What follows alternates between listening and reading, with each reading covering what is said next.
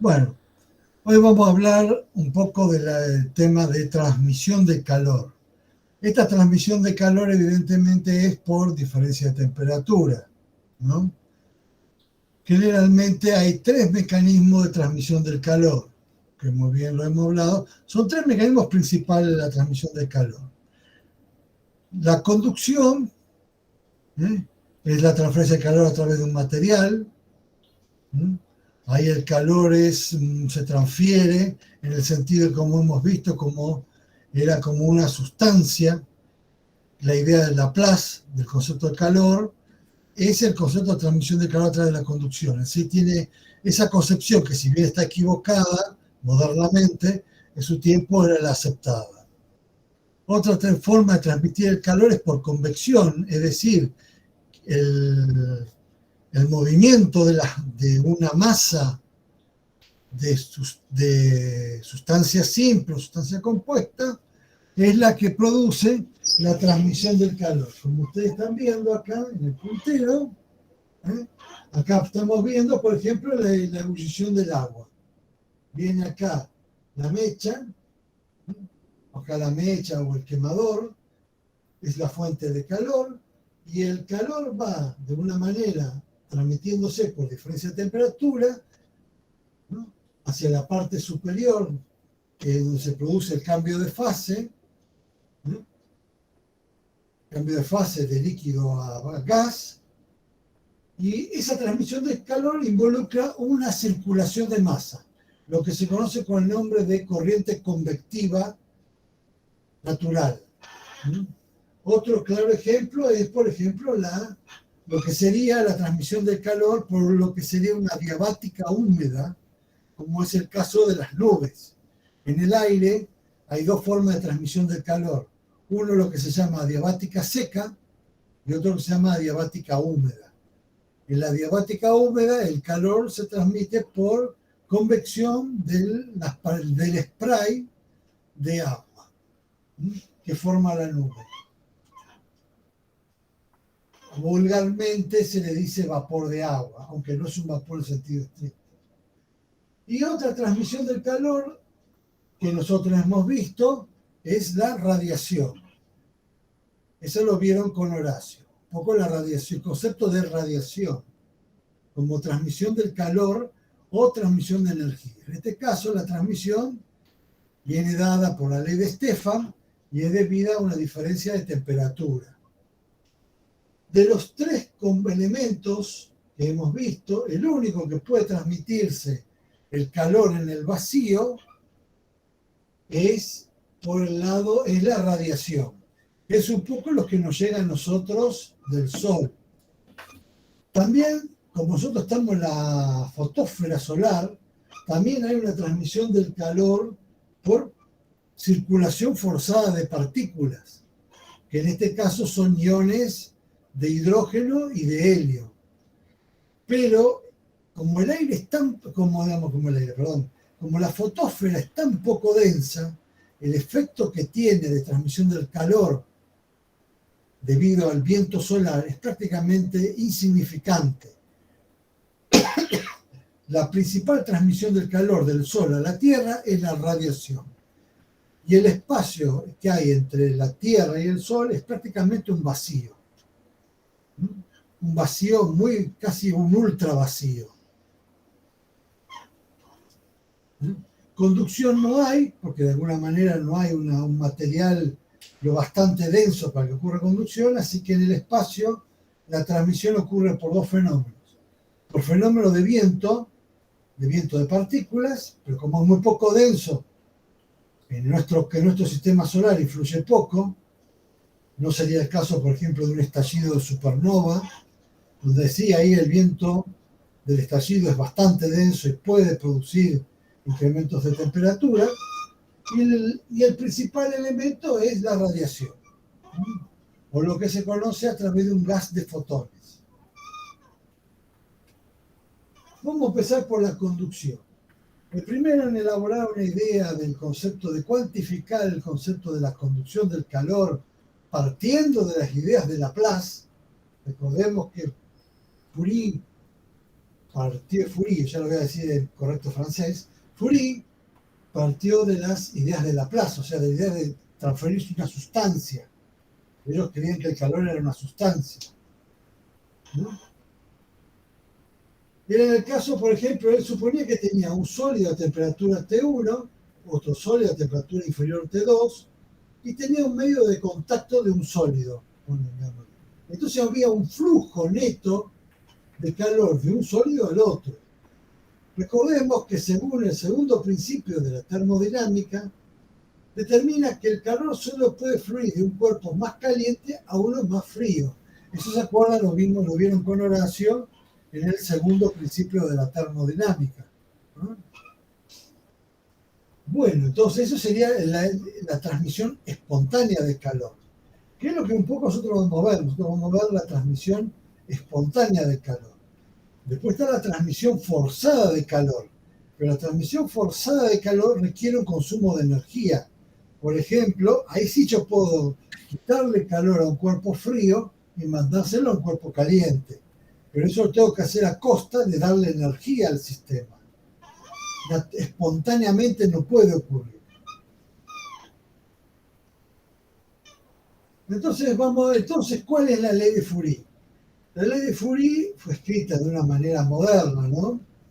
Me dice de que el flujo de calor en este caso lo vamos a medir en vatios sobre metro cuadrado.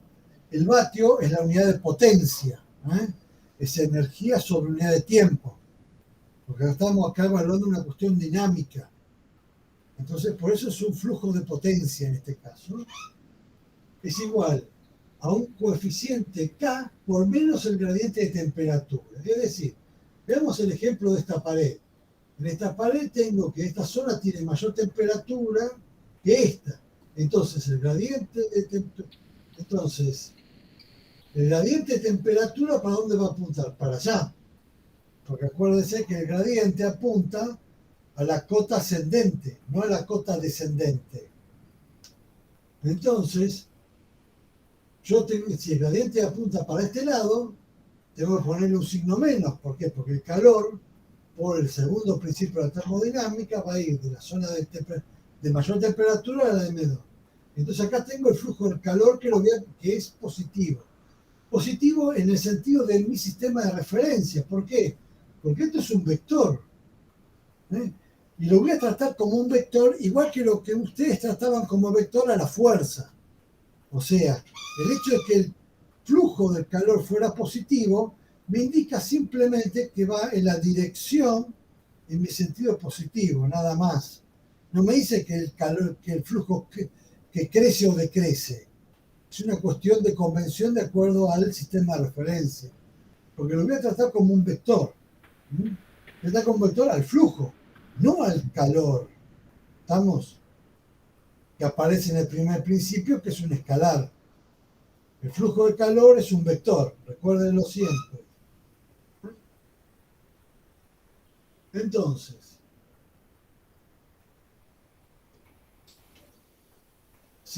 ¿cómo puedo trabajar esto? Bueno, en el caso de la pared, en el caso ejemplo de la pared, en este caso, yo puedo plantear un balance de energía para poder encontrar, después vamos a encontrar lo que sería la ecuación a la cual responde este flujo de calor. Bueno, entonces, partiendo del balance de energía, ¿qué voy a tener? Voy a tener que el flujo de calor, flujo que atraviesa todo este volumen, más el calor generado, porque acá adentro puede haber una fuente de calor también, tiene que ser igual a la variación de energía. Entonces, supongamos que acá tengo una pequeña área, el flujo de calor que atraviesa esta área, ¿qué va a ser? Va a ser Q por N por diferencial de S por diferencial de T. Este es el flujo de calor. Flujo de calor en un diferencial de tiempo que atraviesa esta pared, ¿no? O que de alguna manera esta es local por ahora, esta zona que está acá. Más epsilon por diferencial de B, este es el calor generado en el interior del cuerpo, que va a tener que ser igual. va a tener que ser igual, usando el primer principio, ahora sí voy a usar el primer principio de termodinámica, que tiene que ser igual. Tiene que ser igual a ρ por Cp por diferencial de T. Esto es lo que sería la variación del calor isobárica, menos el hecho de la variación de presión. ¿Por qué? Porque puede llegar a ocurrir de que este cuerpo, al ser calentado, su presión cambie. Entonces, eso también genera un hecho de variación de energía. Estoy usando el primer principio de la termodinámica. Entonces, esta es la variación de energía interior en el cuerpo, que se debe a dos fenómenos: a la variación de temperatura y a la variación de presión, en este diferencial de volumen. Pero nosotros no nos vamos a ocupar de variaciones de energía debido a variaciones de presión. Nos vamos a restringir a situaciones netamente isobáricas, es decir, transmisión del calor isobárico. No la vamos a complicar. Muchos libros de texto, que el libro que yo me basé, que después les voy a mandar, que está en la página, el del aula virtual, después les voy a decir cuál es, a ver, si tengo cualquier cosa, si no, creo que lo habré puesto en el aula virtual.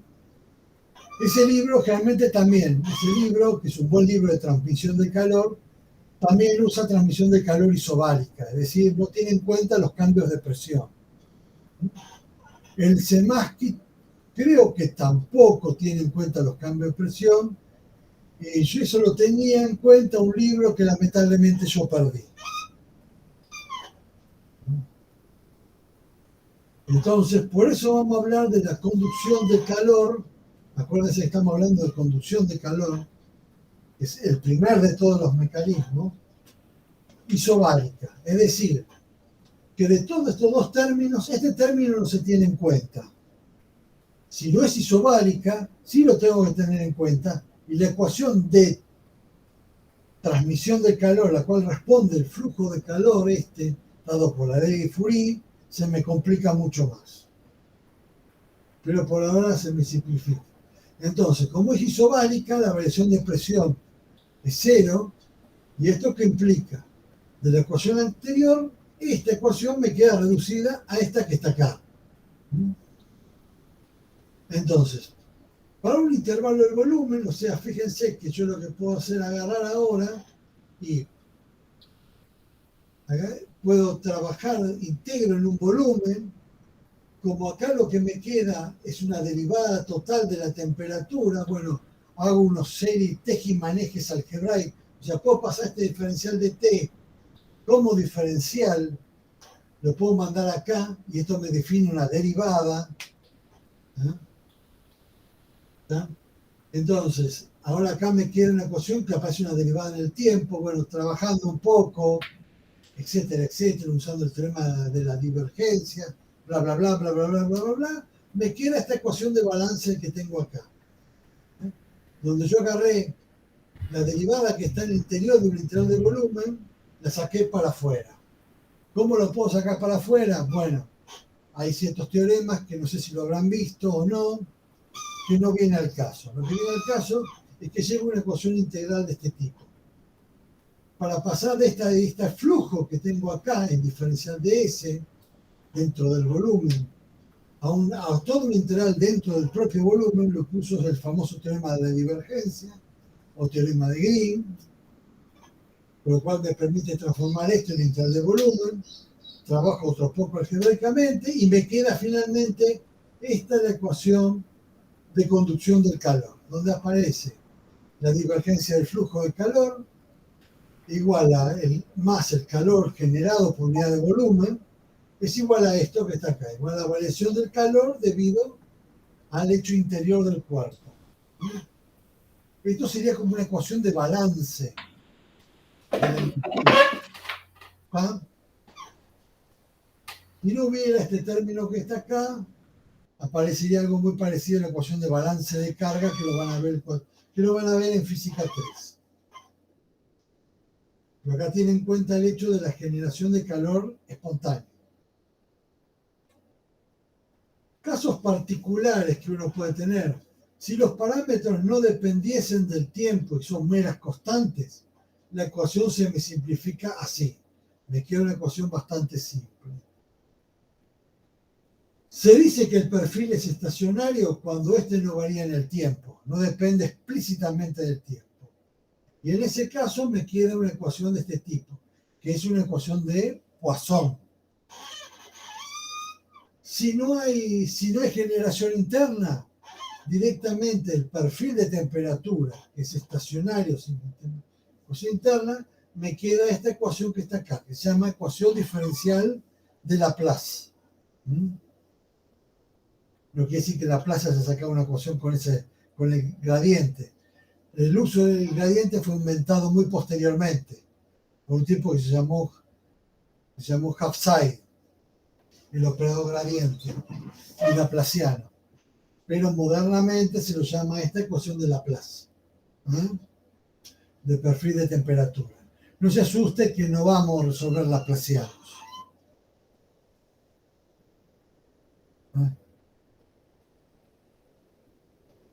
Pero son los casos particulares de esta ecuación que está acá. Nosotros nos vamos a centrar en sistemas en los cuales no hay generación de térmica y generalmente son sistemas en los cuales los parámetros son meras constantes. Las condiciones de frontera. ¿Por qué? ¿Por qué es importante la condición de frontera? Porque una condición de frontera es integrar la ecuación de conducción de calor, esta ecuación que está acá, en las discontinuidades de los parámetros.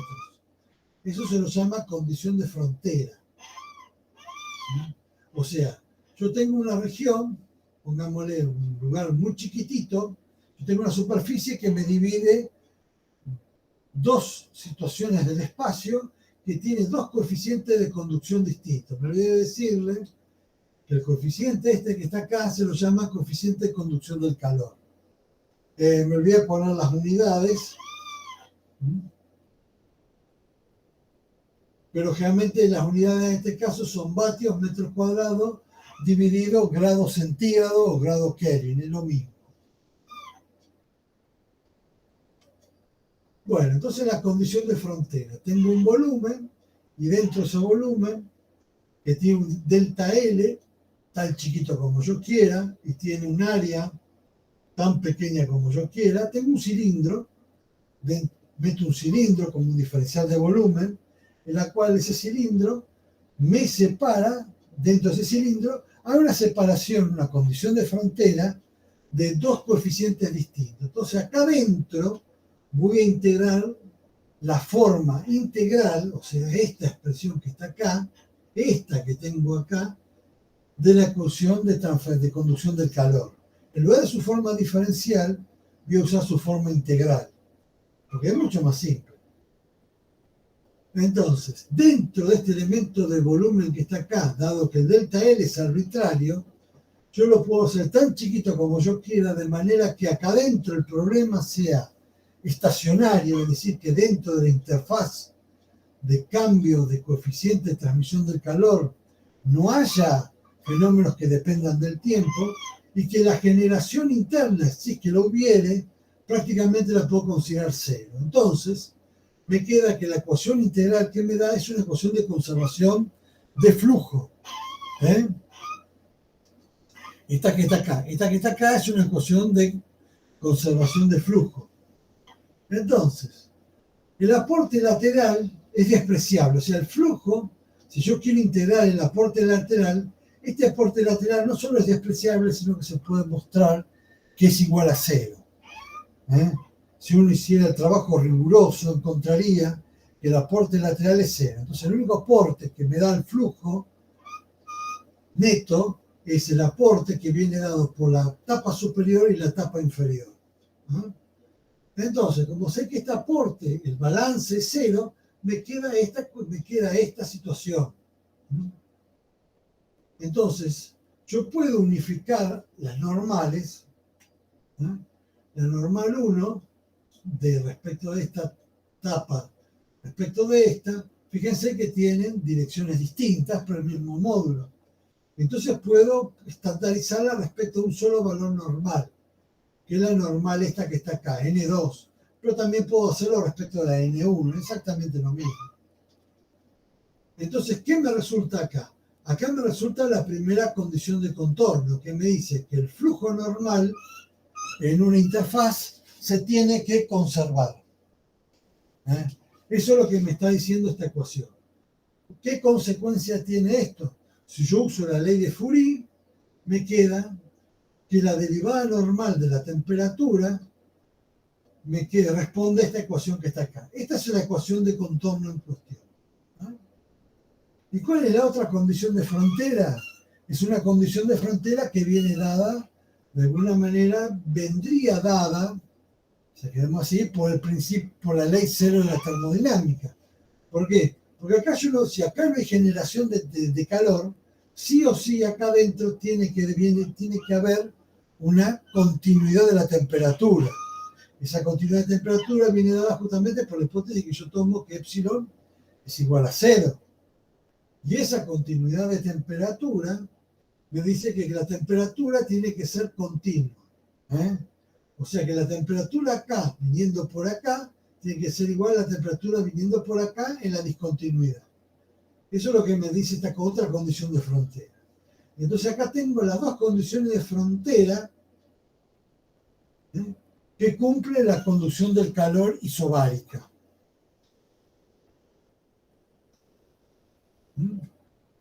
Casos particulares que vamos a tener en cuenta. Los casos particulares estacionarios que vamos a tener en cuenta es el caso de la pared. Si yo tengo una pared, por ejemplo, como esta pared que tengo acá, ¿qué voy a tener? Integro la ecuación de Laplace, ¿qué me queda? Me queda una cosa como esta. Si yo la integro esta ecuación, ¿qué me queda? Me queda una recta, ¿no? No me queda una curva, me queda una recta. ¿Y cómo conozco los valores C1 y C2? Se lo obtiene por las condiciones de frontera. Si yo tengo un cilindro, el perfil térmico que tengo acá es este. Si yo integro esta ecuación, porque ahora tengo que reescribir la ecuación de Laplace en coordenadas cilíndricas, me queda esta, yo la integro y me queda que el perfil térmico ahora es un logaritmo neperiano.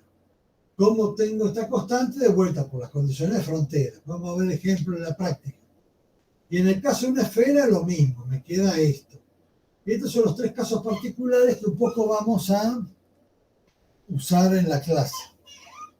Usar en la práctica, perdón. Voy a hacer unos problemas el día jueves. ¿Se va entendiendo por ahora? Sí, sí. Sí, sí, bueno. Sí.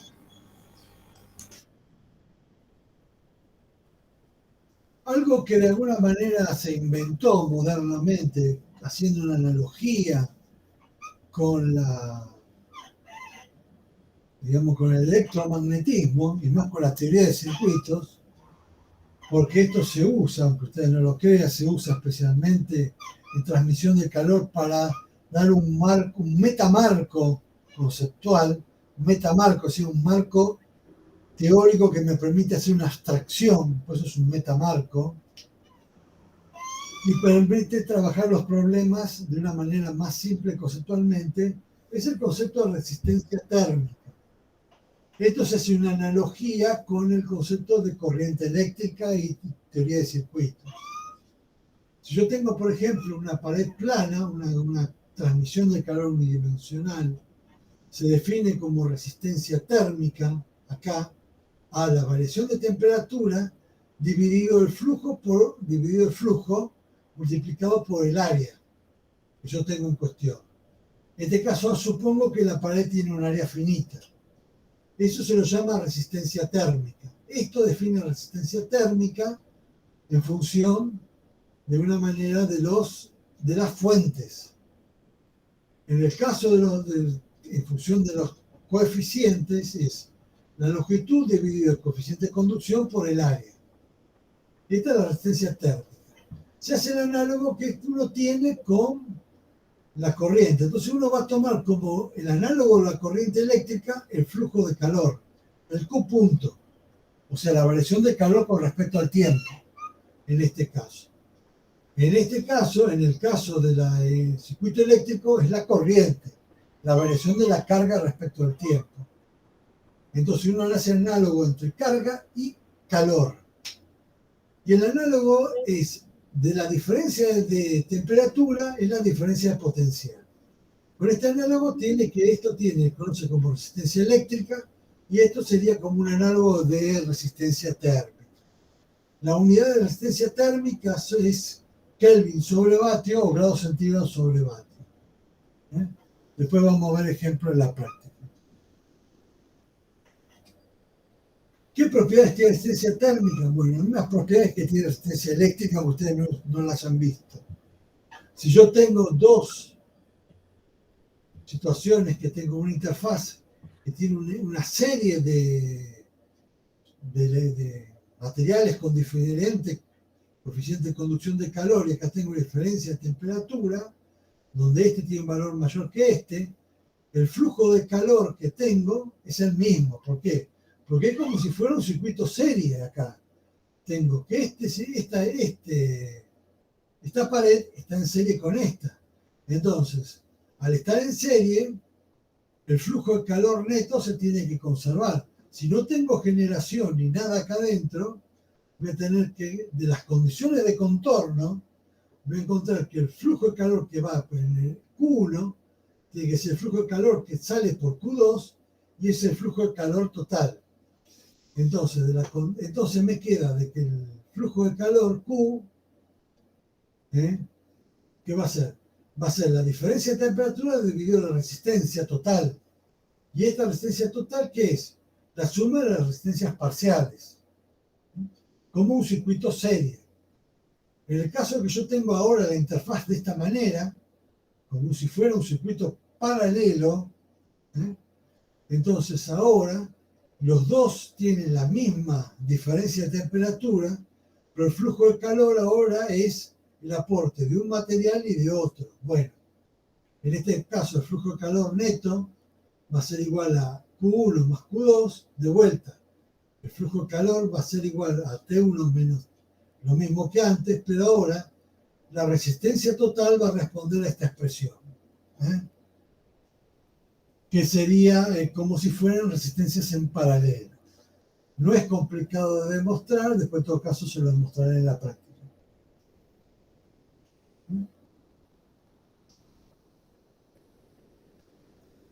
Ejemplo, vamos con un ejemplo de la resistencia térmica del cilindro.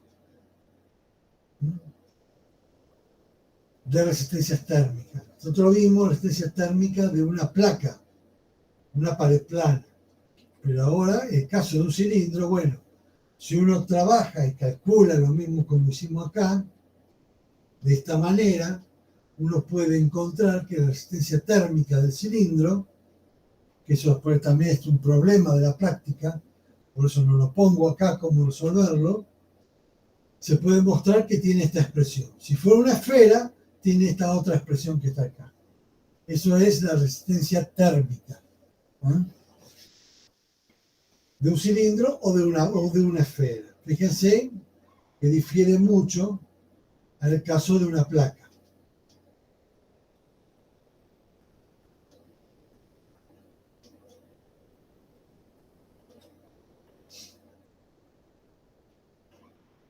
La siguiente expresión o mecanismo de conducción del calor es la convección. Y dentro de la convección hay dos formas de convección. Uno es la convección forzada, es decir, que yo tengo que la circulación del aire es forzado a través de algún mecanismo, por ejemplo un ventilador, o la convección natural o libre. No hay nada que de una manera que me esfuerce la circulación de aire, y esto ocurre naturalmente corrientes convectivas. De las dos, la que nosotros vamos a usar y vamos a trabajar es esta, lo que se llama convección libre. Y la ley de convección libre responde a la ecuación de Newton, donde me dice que el flujo de calor, este flujo de calor por unidad de área, pero nosotros vamos a usar esta No vamos a usar el flujo de calor, sino que vamos a usar la variación de calor en el tiempo para después definir la resistencia de la placa. Viene dado por esta expresión. Q punto es igual a H por la superficie por la diferencia de temperatura. Diferencia de temperatura respecto de la placa al infinito. Infinito es una zona muy alejada, ¿no? El infinito no es el infinito matemático, sino acá es un infinito conceptual, es decir, puede estar a 3 metros de la pared del infinito. Infinito acá se refiere a un lugar muy alejado del lugar donde ocurre la transferencia de calor. Entonces, H es el coeficiente de transferencia de calor por convección. Este es el H de la ley de Newton. A es el área transversal, o sea, esta área que enfrenta de la superficie. T es la temperatura de la superficie, T sub S, y T infinito es la temperatura en una zona muy alejada de la superficie. Entonces, la resistencia térmica en este caso es directamente 1 sobre H por el área. Esta es la resistencia térmica de la superficie. Y esa es la expresión de la ley de Newton. Entonces, la ley de Newton tiene su importancia en el problema del enfriamiento. Pero cuando uno mete el problema del enfriamiento, si yo tengo un cuerpo en el cual tiene una temperatura inicial, por ejemplo, un termo. El termo en el cual ustedes toman mate, por ejemplo. Ustedes se dieron cuenta de que ese termo, por más bueno que sea el vaso Dewar, en la cual tiene contenido el termo, ese termo se va a enfriar. Y se enfría de alguna manera en la forma, vamos a suponer, principalmente por el hecho de la convección de calor, por pérdida de calor por transferencia de masa. Entonces, ese es un problema de enfriamiento. Bueno, es un problema de enfriamiento que ya encargó Newton en su tiempo, ya en el 1600, ¿no? Bueno, entonces en ese caso, yo voy a tener por el lado de la condición de frontera, ¿qué voy a tener? En ese caso tengo la variación de temperatura, el flujo de calor, la transferencia de calor por unidad de tiempo debido a la diferencia de temperatura que tengo con el medio ambiente, y tengo por otro lado el hecho de la variación de calor, pero debido al hecho de que esto tiene una capacidad calorífica. Una capacidad calorífica. Por supuesto, voy a considerar de que este proceso es isocórico, es decir, de que el volumen no ha cambiado. Si el hecho de esta transferencia de calor causa una variación de volumen, y la cosa se me complica un poco, ¿no? Ahí tengo que hacer unas cosas más complicadas. Pero vamos al caso más simple. Entonces, acá la temperatura varía con el tiempo. Acá, entonces, finalmente me queda de la condición de frontera, yo saco esta ecuación diferencial que está acá, donde tengo un tiempo o una constante de tiempo de enfriamiento, que viene dado por tau, viene dado por esta expresión que está acá, ¿no? Esta es una ecuación de primer orden. La solución de esta ecuación de primer orden, dada una condición inicial que tengo acá en este interior, de que t en 0 igual a t0, por supuesto, T0, para que esto tenga sentido, tiene que ser mayor que la temperatura en infinito, ¿no? Si no, el flujo va para el otro lado. Y más que un enfriamiento, es un calentamiento. Resuelvo esta ecuación diferencial que está acá y me queda esta expresión que tengo acá. Esta es la forma del perfil térmico. ¿Pero qué perfil térmico? El perfil térmico que tengo acá, en la pared, donde ocurre la frontera. Porque yo partí de una condición de frontera. Entonces esta temperatura es la temperatura que tiene este punto que está acá. No la temperatura que tiene el interior del cuerpo. Porque esa temperatura es un perfil térmico distinto. Yo estoy acá elaborando la temperatura en un punto, no el perfil térmico. ¿Estamos? Si yo quiero meter el perfil térmico acá, y bueno, ya la cosa se me complica un poco, porque me queda una ecuación de Laplace con una derivada, me queda lo que se llama una ecuación de calor. La cosa se me complica un poco. Pero acá me interesa lo que pasa en este punto acá en la frontera. Entonces, la temperatura en la frontera tiene esta expresión que está acá. Fíjense que a medida que, ¿cómo es? Me queda una expresión de este tipo, que me va dando que va a ser un enfriamiento. Parte de un valor inicial, que evidentemente este cero, va a ir enfriándose y va a terminar cuando T asintóticamente tiende a infinito, y cuando el tiempo es mucho mayor que la constante de tiempo, va a quedar una condición de equilibrio en que la temperatura en esta pared va a ser la temperatura del medio ambiente, muy alejada.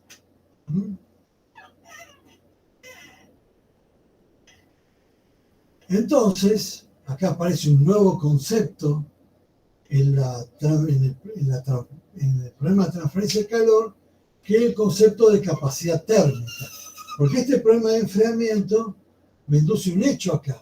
Acá no tengo una resistencia propiamente. Acá tengo algo parecido, si uno hace el análogo a un circuito eléctrico, como si fuera un capacitor.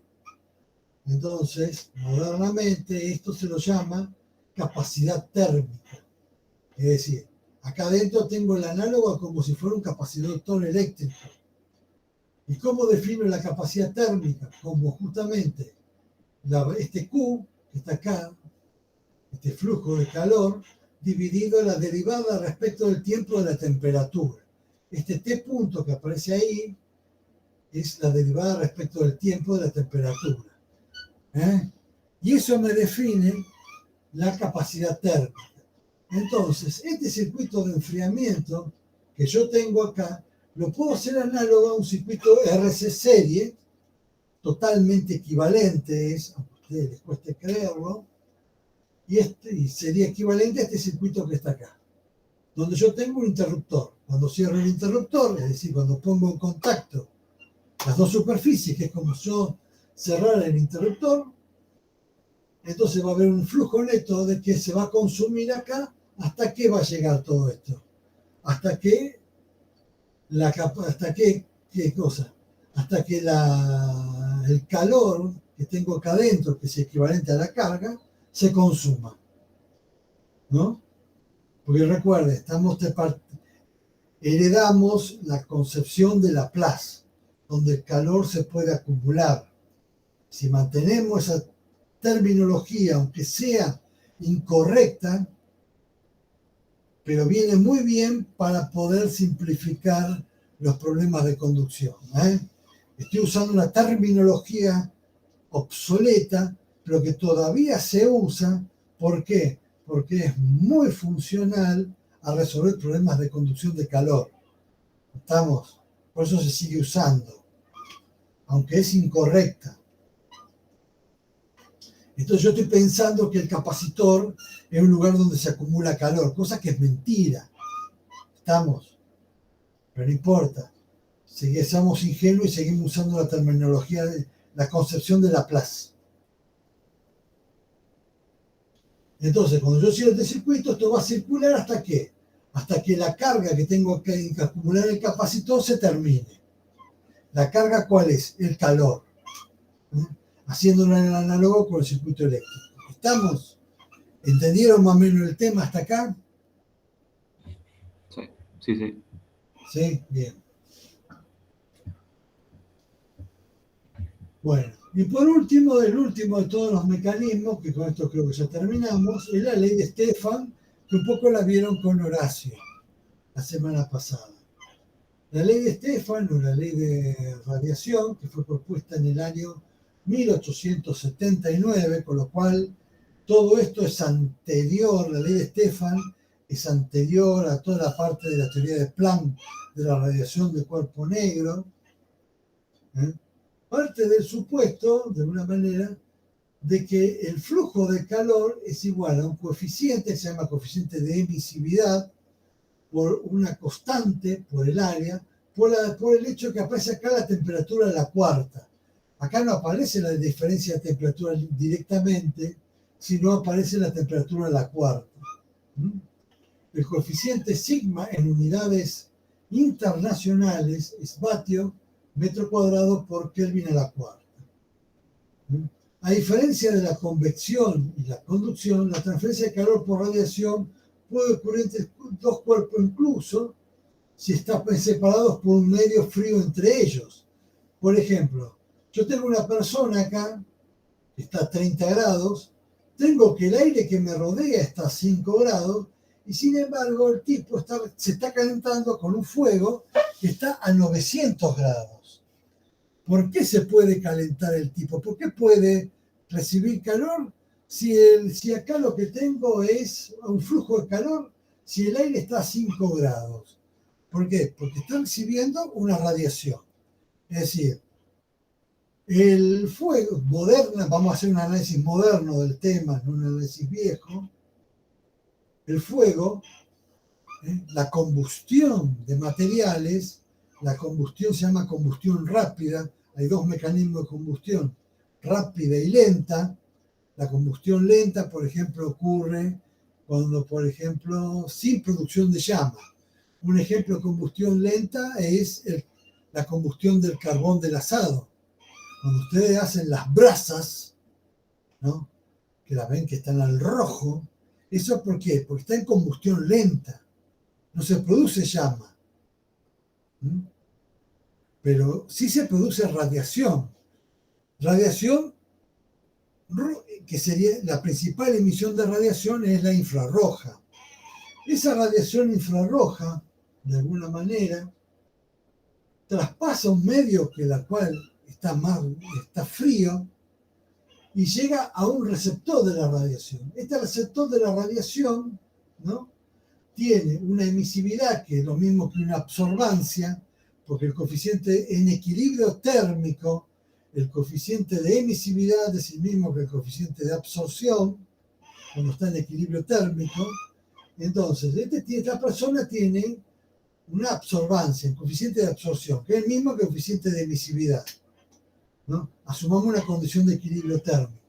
Entonces, la radiación que viene acá, es absorbida por la persona, y esa absorción que produce que la persona de una manera tenga una sensación de calentamiento y se caliente. En el caso del asado, ¿no?, esa radiación que yo tengo es absorbida por la carne, y al ser absorbida por la carne empieza a elevar su temperatura, o sea, elevar su energía interna, y elevar su energía interna al pasar un umbral por encima de los 60 grados, se produce una reacción química que se llama reacción de Maillard, o lo que se llama comúnmente cocinar la carne. El mecanismo físico-químico de la cocción de una proteína fue estudiada a principios del siglo XX por un tipo llamado Maillard, ¿no? Entonces descubrió que la carne a partir de los 60 grados empieza a producirse una reacción físico-química que se llama reacción de Maillard. Esta reacción de Maillard transforma la carne, de alguna manera transforma las proteínas de la carne en un cierto tipo de proteínas, la cual son dominantemente los ciclos benceno. Los ciclos benceno están asociados al aroma. Entonces, la carne, que si uno agarra la carne cruda, uno la aspira, no tiene ningún aroma. Pero cuando uno tiene la carne cocinada, la aspira y siente un aroma que genera, junto con el gusto, algo que se llama flavor. La composición de aroma con gusto se forma una sustancia que sí existe en inglés, la palabra en inglés, pero en castellano todavía no encontré su equivalente, que se llama flavor. Muchos lo traducen como flavor, pero flavor es un barbarismo, aceptado por la Real Academia Española. Así que voy a seguir usando el término en inglés, flavor. Esa combinación de sentido del gusto con el aroma, ¿no?, de carne cocinada, que es lo que ustedes disfrutan. Espero que ninguno de ustedes sea vegetariano. Bueno, lo mismo, pero al cocinar las verduras pasa exactamente lo mismo. Si alguno de ustedes es vegetariano. En el asado hay convección también, ¿eh? ¿Eh? En el asado hay convección también. Es cierto, también hay convección. Pero, por ejemplo, en el caso de ¿cómo se llama? En el caso del espiedo, es principalmente radiación.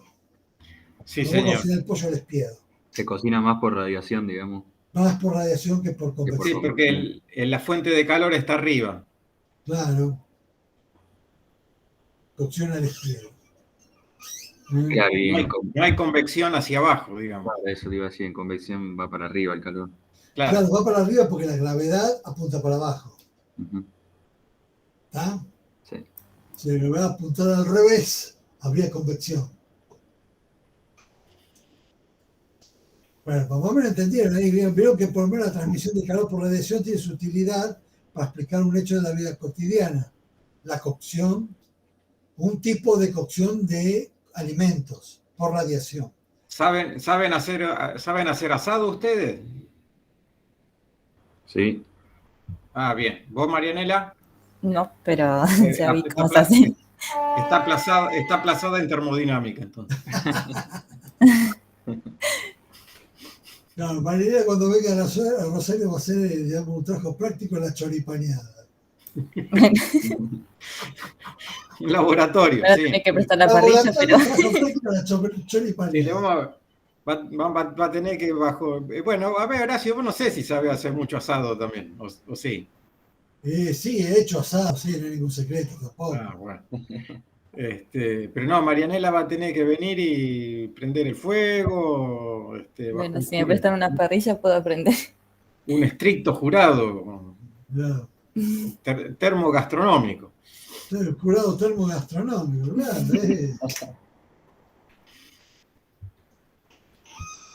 Y bueno, y a Juan Cruz también. O sea, él dice que sabe hacer asado, pero tiene que demostrarlo también. Claro, hay que ver. Claro. Bueno.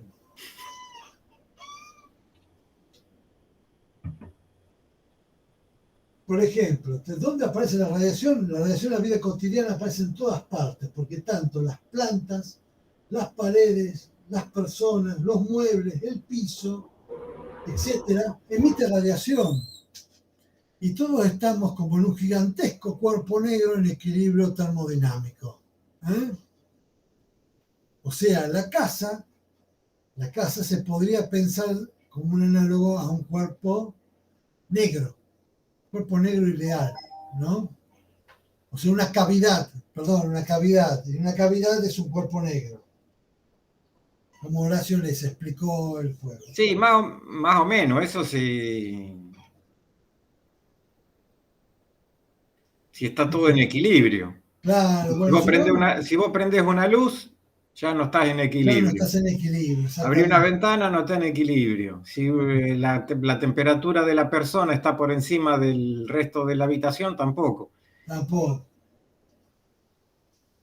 Bueno, pero todo emite radiación, pero de alguna manera más allá Claro, porque además de emitir, absorben radiación. Absorben radiación, claro. En la misma manera que le emiten, la absorben. La absorben. Y bueno, esta es la ley de Stefan de la radiación. Es el último mecanismo de transmisión de calor. Fíjense que sí aparece diferencia de temperatura, pero la temperatura en cuestión, el T infinito, vuelvo a repetir, sería un T muy alejado. Sería, por ejemplo, un T que está por acá. Un ejemplo de esto de uso, lo que voy a poner, sería, por ejemplo, si yo quisiera estudiar la transmisión del calor de una casa, en la cual yo tengo por radiación, viene energía, ingresa energía por convección, ingresa energía por radiación solar, se pierde, a su vez esta pierde radiación, esta casa también pierde la radiación, por lo tanto yo tengo un flujo neto de equilibrio acá. Me voy a decir que la ley de Stefan, lo que tengo acá, es el flujo neto de equilibrio entre lo que se pierde y lo que se gana. ¿Por qué? Porque la ley de Stefan se plantea como una condición de un equilibrio entre lo que se pierde y lo que se gana. Entonces acá en esta pared, a su vez, tengo una pérdida debido a la convección, de calor por convección, y acá adentro tiene una cierta temperatura en la cual hay una convección interna, una conducción de calor a través de la pared, a través del muro, y bueno, y esta conducción se enfrenta a esta parte que tiene los tres mecanismos en cuestión. Dos mecanismos, pero radiación y conducción. Entonces planteo condiciones de contorno en cada una de las superficies, ¿no? Entonces, vuelvo a repetir, acá no voy a plantear el hecho de un perfil de temperatura. Acá voy a plantear el hecho de temperatura varía en función del tiempo en 2 puntos, nada más, ¿no? Como un ejemplo de uso. Para ver un perfil térmico, sí o sí tengo que resolver una ecuación diferencial en derivadas parciales. Como esos medios no los creo que lo hayan visto, así que solamente vamos a quedarnos con ecuaciones diferenciales ordinarias. ¿Estamos? Porque encima hay situaciones en las cuales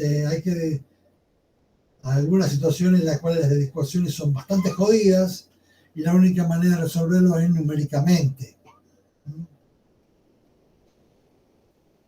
Pero vamos a este caso que sí es posible resolverlo analíticamente. Entonces, en la pared 1, yo tengo, como en el caso del enfriamiento, tengo esta condición de contorno, que es muy parecida a lo que nosotros vimos. Voy a suponer una situación estacionaria, ¿está? Con lo cual, de alguna manera, no voy a tener en cuenta el hecho que la capacidad calorífica que tiene el muro. Porque si yo voy a tener en cuenta el hecho de que no es una situación transitoria, sí tengo que tener en cuenta la capacidad calorífica del muro. Porque entonces va a haber una dependencia con el tiempo. Como es una situación estacionaria, no va a haber una dependencia con el tiempo, así que simplemente voy a usar la ley de Fourier acá, la continuidad de la derivada. Acá por un lado tengo el flujo, o sea, la derivada normal, y acá por otro lado tengo el hecho de la convección. Entonces, la temperatura en este punto viene dada por esta condición de contorno, donde ahora aparece acá la derivada normal de la temperatura. Por el otro lado, dado que hay una conservación de flujo, porque acá no tengo generación interna. Si no tengo generación interna, el flujo normal que me ingresa tiene que ser el flujo normal que me sale en esta pared. Entonces tiene que haber una conservación del flujo normal acá. Y esa condición de conservación del flujo normal lo tengo en esta ecuación que está acá. Fíjense que ahí acá aparece el hecho de la pared. O sea, el hecho de la pared, la coeficiente de conducción de la pared. Y después tengo otra condición dada por esta condición de contorno que está acá. En la cual ahora tengo un hecho de convección, que es la temperatura muy alejada de la pared. Y fíjense que ahora el T infinito de la ley de Stefan, ¿qué es? Es la temperatura del cielo. Se dice temperatura del cielo, es la temperatura, de alguna manera, del cielo que me rodea. Por ejemplo, qué sé yo. Sería la temperatura del cielo, sería una temperatura del medio ambiente, que no necesariamente es la misma temperatura lejana de la pared, porque yo acá lejano puedo tener 20 grados, pero la temperatura del cielo puede ser mucho menor. Es una temperatura equivalente, digamos. Sí, es una temperatura equivalente. Sería la temperatura de un hipotético cuerpo radiante que está alejado, que intercambia la misma cantidad de calor por radiación con la pared. Exactamente. Es un concepto que a veces se discute también, no es una cosa perfectamente definible. La temperatura del cielo también es la que genera que las noches de invierno, que están muy despejadas, son las que permiten que caigan las heladas, digamos. Claro, las más frías, ¿no? Claro, ¿por qué? Porque ahí se escapa más el calor. La radiación térmica que llega del cielo es bajísima. una atmósfera limpia. En realidad el intercambio es más que nada con la atmósfera. Sí, qué sé yo. La atmósfera intercambia con el resto del universo, digamos, pero si es una temperatura, digamos que se estima, no es perfectamente medible. Sí. Sí, de alguna manera el libro que yo me baso para dar esta parte define temperatura del cielo, como lo dijo Horacio, pero bueno, sí. No voy a entrar si es discutible o no, digamos que no. Yo me baso en ese libro. Después podemos pensar a otro libro que se basa de otra manera totalmente distinta. Yo voy a seguir esa línea, pero si a ustedes no les gusta, puede haber otra. Como dijo Groucho Marx, tengo mis principios, pero si no te gusta, tengo otros. ¿No? Y a su vez acá tengo el calor que me viene por el hecho de, por ejemplo, un calor que viene dado por este que tengo acá es la pérdida por radiación, y este es el calor que viene dado por el hecho de que como el sol calienta la pared. Perdón, habría dicho equilibrio térmico, no, perdón. Esta sería la parte emitida, y esta sería de alguna manera la generada por el hecho de que el sol calienta la pared. Bueno, este conjunto de tres ecuaciones es que me permite evaluar cuánto vale la temperatura en estos dos puntos que están acá. Después vamos a ver un ejemplo más adelante. Sí, una aplicación muy interesante de todo esto son también los colectores solares, o los calefones solares, digamos. Calefones solares, exactamente. Donde uno, en lugar de tener una pared, tiene una cubierta de vidrio, y debajo de la cubierta de vidrio una superficie negra, metálica, por donde circula un conducto. Agua. Circula agua por ese conducto. Entonces, el agua, a medida que va pasando por una especie de serpentín, se va calentando con la radiación solar. Y todos los términos de intercambio de calor son estos mismos. Convección, radiación emitida, radiación absorbida y conducción. Yo le quería preguntar eso justo.